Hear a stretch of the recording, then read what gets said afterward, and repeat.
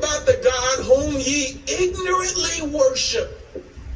Jesus said the same thing to the woman at the well. Ye worship ye know not what. Now, for some people, that sounds amazing, that it's even possible. I mean, after all, you just bow your head, you just offer up something. Surely it's God to be accepted. No, there is such a thing as ignorant worship. You could be worshiping this very morning vainly or ignorantly. You could simply not know. That's all the word ignorant means. Since you don't know, you can't do that which you don't know. They couldn't. Paul taught them the truth. And then there's will worship. Colossians 2:20-23, the context explains what it is, but these are individuals who will, well, for lack of a better expression, they'll just do it their way.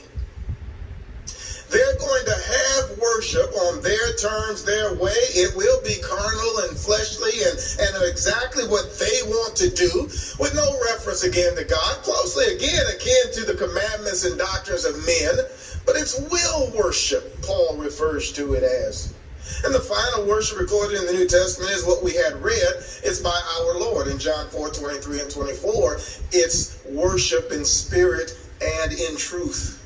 Well, there's true worship.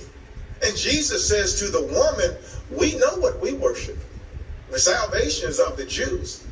Now again, I think it's worthy for you to just stop and read that context and listen to Jesus and the woman have a conversation, and Jesus tell her, you're wrong and we're right. That's exactly what he says to her. We know what we're doing. You don't know what you're doing.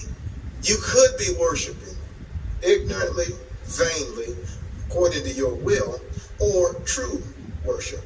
Number 5, everything we do is not worship.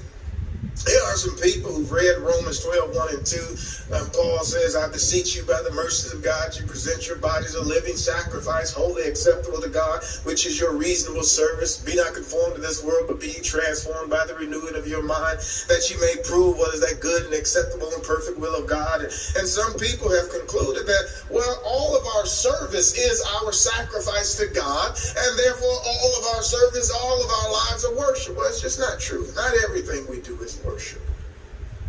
In Genesis 22 and verse number 5, Abraham traveled 3 days to get to the place where God had told him he was to go. As he traveled, he was not worshiping. When he arrived, he was not worshiping. He says to the if my wife is watching this, she's going to say, you should drink some wine.